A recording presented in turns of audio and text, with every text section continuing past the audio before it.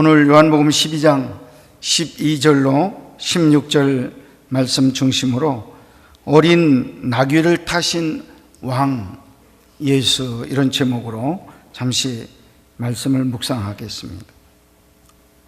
어느 시대나 어느 나라에나 새로운 대통령, 새로운 지도자가 등장하면 사람들은 대단한 기대와 부푼 꿈을 가지게 되는 것입니다. 그러나 그 부푼 꿈도 잠시 끝나고 나면 실망, 지나고 나면 또 실망만 남기가 일쑤입니다. 그러나 오늘 어린 나귀 새끼를 타고 예루살렘으로 입성하시는 왕, 우리 예수님은 이 세상의 왕과 다르다고 성경이 말씀하고 있습니다. 하나님은 어린 나귀를 타고 예루살렘으로 들어가시는 이 예수님을 가리키면서 저분만이 인류가 기다리는 진정한 왕이라 그렇게 선언해 주시고 있는 것입니다. 그러면 우리 예수님은 어떤 왕이시길래, 그분은 이 세상의 왕과 어떤 면에서 차별이 있기 때문에 그분만이 우리가 기다릴 정말 온전한 왕이라고 그렇게 말씀하시는가, 그를 오늘 본문에서 몇 가지 찾아보려고 하는 것입니다. 예수 그리스도의 우리의 왕, 그분은 첫째 겸손하신 왕이기 때문에 우리가 세상 왕과 다르다고 그렇게 지금 알고 있는 것입니다. 겸손하신 왕이에요. 오늘 스가랴 선지자 예언 말씀을 인용한 대목도 오늘 본문에 있습니다만은, 원문 스가랴 선지서 9장 9절에 보면 이런 말씀을 하셨습니다. 보라, 내 왕이 내게 임하나니 그는 공의로우시며 구원을 베풀며 겸손하여서 나귀를 타나니 나귀의 작은 것 곧 나귀 새끼니라, 이렇게 말씀하고 있습니다. 왜 나귀를 탔느냐 하는 말씀도 했고요. 그 다음에 나귀를 탔다고 하는 것으로 끝나는 게 아니었고 나귀의 새끼를 또 말씀하고 있습니다. 가장 낮은 이런 운송수단, 이 나귀 새끼를 타고 왕인데 입성하시는 그런 모습을 오늘 말씀하고 있습니다. 예수님이 이렇게 나귀 새끼를 타셨다는 것, 무엇을 의미할까요? 자기의 높은 위치를 버리는 거예요.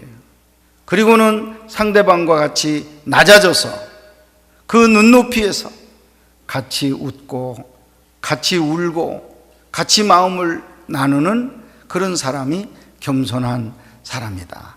오늘 이 교회 안의 지도자들 모두가 우리 주님의 겸손을 본받아야 될 줄로 믿습니다. 이러한 겸손한 마음가짐에서 사람을 거칠게 대하지도 아니하고 사람의 마음에 상처를 주지 아니하면서 사람과 가까워지는 온유함이 나오게 되는 것입니다. 우리 예수님이 이런 왕이십니다. 겸손하시기에 온유하신 왕이십니다. 마태복음 11장 28절, 수고하고 무거운 짐진 자들아 다 내게로 오라. 내가 너희를 쉬게 하리라. 나는 마음이 온유하고 겸손하니 너희는 내 멍에를 메고 나를 배우라. 이렇게 말씀하신 주님의 말씀을 우리가 다시 한번 기억합니다. 우리는 교만한 왕보다 겸손한 왕이 필요합니다. 내가 가다가 쓰러지면 조용히 와서 왜 쓰러졌느냐 따지기 전에 나의 팔을 먼저 붙들고 일으켜 세워주면서 내가 있지 않니? 같이 가자 말씀하시는 그런 겸손한 왕이 우리에게 필요합니다. 이런 필요를 주께서 하시고 어린 낙이 새끼를 타고 들어오게 되신 것입니다. 높은 군마에 올라앉아 호를 들고 멸관을 쓰고 많은 군사들의 호위를 받고 오는 왕 앞에는 아무도 접근하지 못합니다. 그러나 낙이 새끼를 타고 오시는 왕이시기에 어린 아이라도 그 앞에 가서 톡톡 두들겨 볼 수 있고 그 옷자락을 잡아당길 수도 있는 그런 분이십니다. 예수님이 바로 이런 겸손한 왕이라 하는 것입니다. 예수를 믿고 교회를 다녀도 지치고 고나여 쓰러질 때 내게 손 내미시면서 걱정하지 마라, 내가 내 곁에 있다 하시는 겸손한 왕을 알고 체험한 성도들이 있는가 하면 아직도 큰 말, 군말을 타고 거대하게 입장하는 예수님, 도저히 가까이 갈 수 없는 그 예수님을 지금도 내가 모시고 있는 그런 분들이 교회 안에 있다는 것입니다. 오늘 실제로 주님 낙이 새끼를 타고 들어오실 때 오늘은 여러분들 그 예수님을 꼭 만나시기를 바랍니다. 주님 손 붙잡아 주시고 나를 일으켜 주시는 그 은혜를 체험하는 이 시간이 될 수 있기를 간절히 축원합니다. 무거운 짐을 지고 답답하십니까? 지쳐 있습니까? 고독하십니까? 사람은 누구도 내게 아무런 도움이 못 됩니다. 그러나 낙이 새끼를 타고 입성하시는 그 주님은 나를 알아보십니다. 그리고 내 자리로 내려오십니다. 그리고 나의 손을 붙잡아 주시고 위로해 주시고 내가 내 곁에 있다, 힘을 내라 말씀하시는 우리 주님, 오늘 꼭 체험하는 여러분들 될 수 있기를 바랍니다. 두 번째, 우리 예수님 왕, 그분이 세상의 왕과 다른 점은 희생하는 왕이시다는 거예요. 이 세상의 왕들은 더 얻어가지고 명예도 돈도 재물도 더 많은 걸 얻어가지고 하야합니다. 근데 예수님은 가지신 것 다를 내려놓으신, 다 주십니다. 물 한 방울, 피 한 방울, 땀 한 방울을 자기 것으로 남기지 않고 다 쏟아 붓고 껍데기만 가지고 돌아가시는, 죽는 데까지 가시는 그런 우리 주님, 그분이 우리 왕이십니다. 진정한 왕, 희생하시는 왕이신 줄 믿습니다. 율법에 따르면 제사에 쓰는 짐승은 한 번도 몽에를 메고 일을 해보지 아니한 것이라야 되었다고 합니다. 하나님 앞에 제물로 바치려고 할 때는 이미 몽에를 메고 밭을 갈고 논을 갈고 한 손은 안 되는 것입니다. 만약 나귀를 하나님 앞에 드린다고 하면 나귀 역시 사람이 한 번도 타보지 않은 나귀여야 합니다. 그래야만 하나님의 제단에 올려놓을 수 있다는 것입니다. 예수님께서 왜 한 번도 사람이 타보지 아니한 어린 나귀 새끼를 타고 들어오셨을까요? 그것은 자기가 제단에 온전한 제물로 지금 준비하고 들어오시기 때문에 자기의 운송수단이 나귀 새끼도 사람이 타보지 아니한 자기와 닮을 꼴 그런 깨끗한 그런 나귀 새끼를 타시고 들어오셨다 하는 것입니다. 예수님은 다른 모든 어린 양들이 죽임을 당하는 시간에 드디어 십자가에서 죽임을 당하심으로 마지막 유월절 양이 되셨습니다. 그분은 바로 우리를 위해 죽으신 것입니다. 예수님의 희생은 하나님 자신의 희생이었습니다. 예수님의 죽음은 대속의 제물이었습니다. 대속이라는 것은 무엇입니까? 어떤 사람의 고통을 대신 당함으로써 그 고통에서 풀어주는 것을 대속이라고 말합니다. 예수님의 죽음은 비록 나의 고통과 나의 형벌, 나의 저주, 나의 죽음을 대신 받아주시고 나를 거기에서 해방시켜 주시는 대속의 죽음이었다 하는 것입니다. 언젠가 제가 말씀드린 적이 있지만은 이 폴란드에 가면 아우슈비츠 수용소가 지금도 남아 있습니다. 옛날 히틀러가 유대인들을 거기 집단으로 수용하면서 학살한 그런 아주 비극의 장소, 이 수용소가 지금 관광객들이 이제 자주 찾아가는 그런 장소입니다. 저도 거기를 한번 가본 적이 있습니다. 근데 히틀러가 유대인들을 거기 모아놓고 죽이는데 여러 가지 방법을 썼더라고요. 제일 우리가 머리에 남는 건 가스실에 방 안에다가 집어넣고 오늘 샤워하는 날이다 그래가지고 샤워하는 줄로 알고 들어갔다가 거기서 그냥 가스 막 나와가지고 거기서 그냥 죽는 그런 일이 있었고요. 그 다음에 총살이 있었어요. 그 담벼락에 보면 총알이 박힌 자리가 있는데 거기 일렬로 세워놓고 군인들이 그걸 쫙 쐈다는 거예요. 그래가지고 거기서 다 쓰러지면 또 갖다 묻고, 그러다가 또 어떤 때는 굶겨 죽이는 사람들도 있었대요. 뭐 여러 가지 형태로 죽였던 것 같아요. 60만이 희생을 당했다고 하니까 엄청난 사람이 죽은 거죠. 각 방에서 무작위로 그 대상자들을 골라서 이제 한 방에 모아놨습니다. 왜 우리 불러냈을까? 어떤 일이 일어날까? 자기들끼리 얘기를 하다가 한 사람이 어서 첩보를 다 들은 거예요. 우리는 굶어 죽는다. 우리는 그렇게 죽게 돼 있어.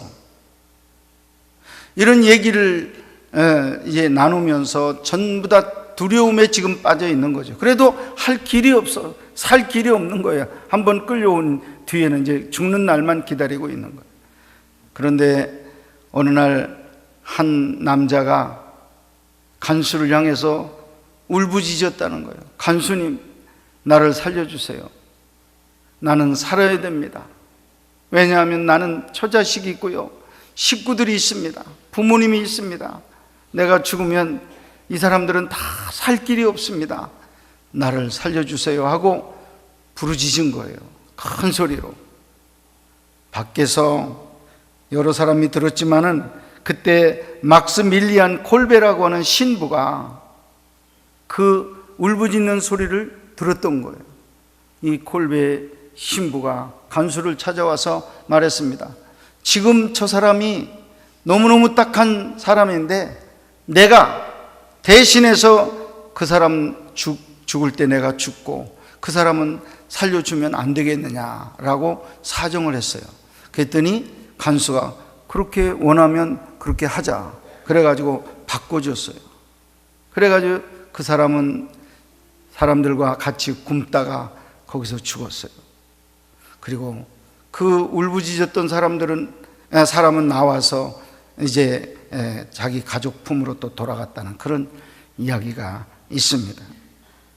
이 콜베 신부는 자기 죽음을 자기가 가진 게 아니에요.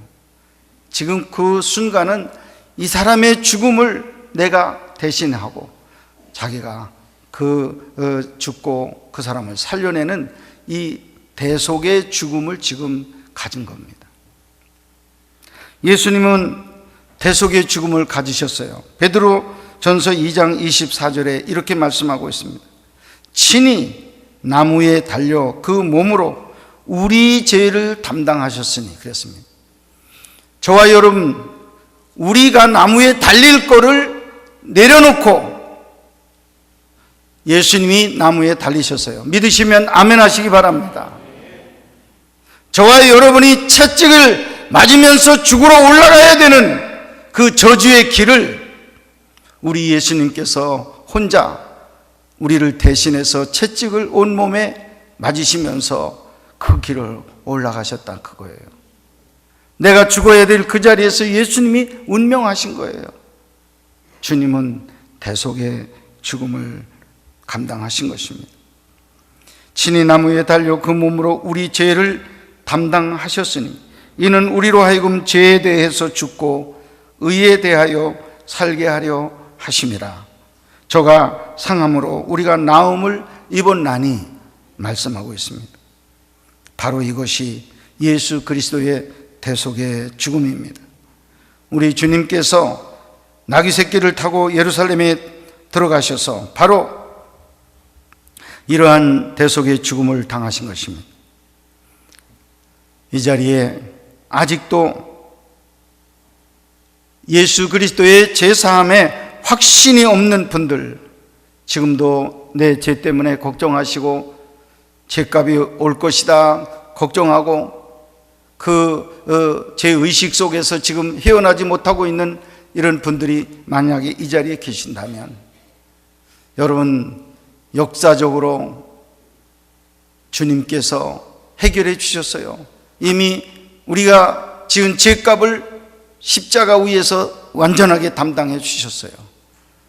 예상 증거, 예상값을 다 갚아 주셨어요. 이제는 내가 그 가게 앞을 자유롭게 지나갈 수 있어요. 자유롭게 지나가고 기쁘게 지나갈 때 희생당하신 그분의 그 공이 나타나는 줄로 믿습니다. 내가 아직도 내 죄가 사해졌는지, 내가 구원을 받았는지, 깨끗한지, 내가 천당 갈 수 있을지, 나는 이런 의욕 속에 내가 지금도 잠겨 있다면 예수님의 죽음은 의미가 퇴색이 되는 거예요. 주님은 우리에게 자유를 주시기 위해서, 해방을 주시기 위해서 몸소 잡히시고 고난당하시고 죽으신 것을 믿으시기를 바랍니다. 우리는 성령 안에서 자유를 누리는 그런 믿음의 성도들이 되어야 될 줄로 믿습니다. 세 번째, 예수님 우리 왕이 세상의 왕과 다른 점, 우리에게 구원을 주시는 왕이시기 때문에 세상의 왕과 다르다는 것입니다. 요한복음 오늘 본문 말씀 몇 절 지난 뒤에 24절이 나옵니다. 12장 24절, 내가 진실로 진실로 너희에게 이르노니 한 알의 밀이 땅에 떨어져 죽지 아니하면 한 알 그대로 있고 죽으면 많은 열매를 맺느니라 말씀했습니다.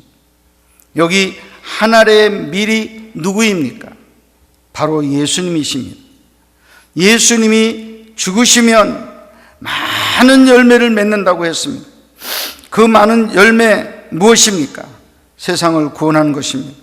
이 세상에서 하나님 없이 영원한 저주와 형벌을 받고 멸망으로 치닫고 있는 수많은 사람들을 구원하는 것이 예수님의 목적이었습니다.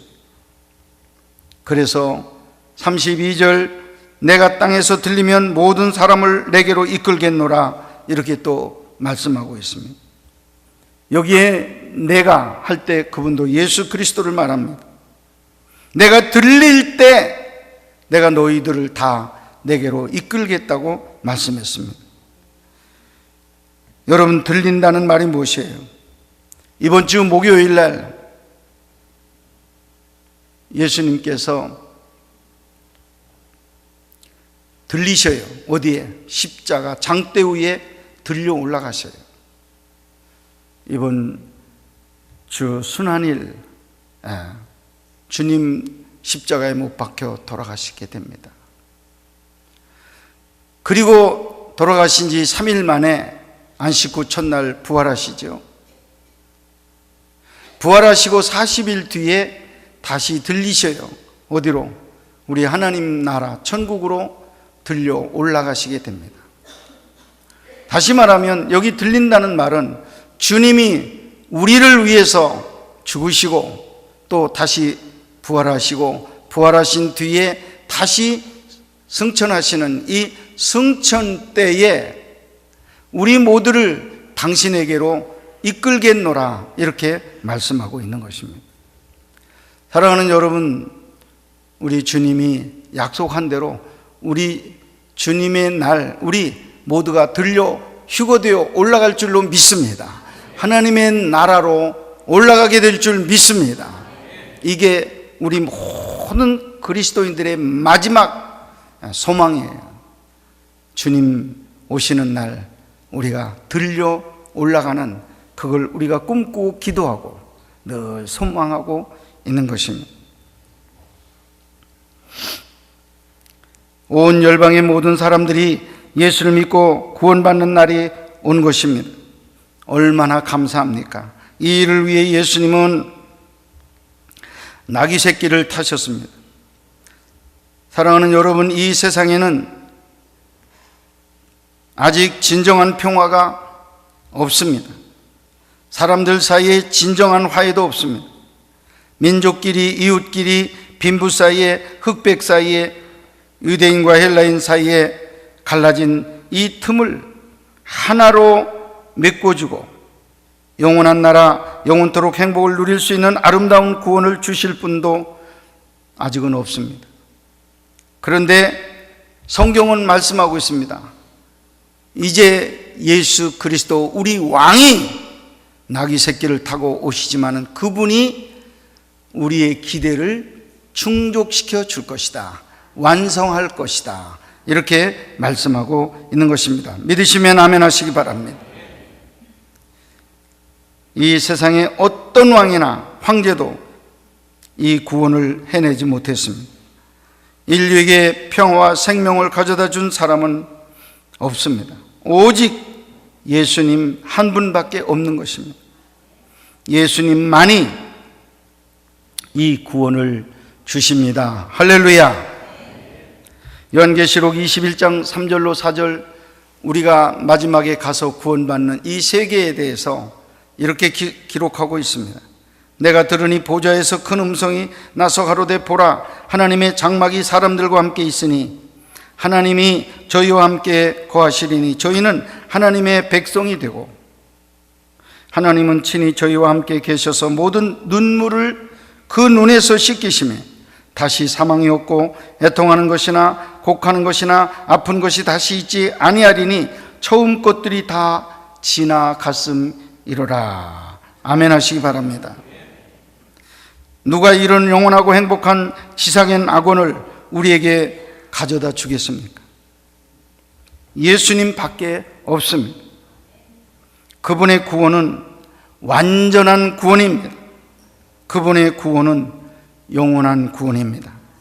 이 구원을 우리에게 주실 분이 바로 오늘 어린 나귀 새끼를 타고 예루살렘으로 입성하시는 그분입니다. 그래서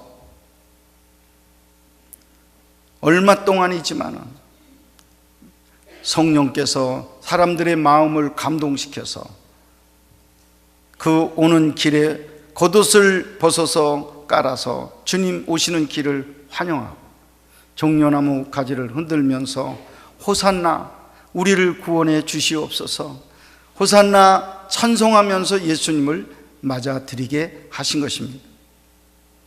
사랑하는 여러분, 오늘 겸손하신 왕, 우리를 위해서 죽으러 오시는 희생의 왕, 구원해 주신 그 왕을 여러분들도 엎드려서 종려나무 가지를 흔들며 내게 오시옵소서, 우리 가정에 오시옵소서, 나를 불쌍히 여겨 주시옵소서 하고 영접하는 믿음의 종들이 되시기를 주의 이름으로 축원합니다.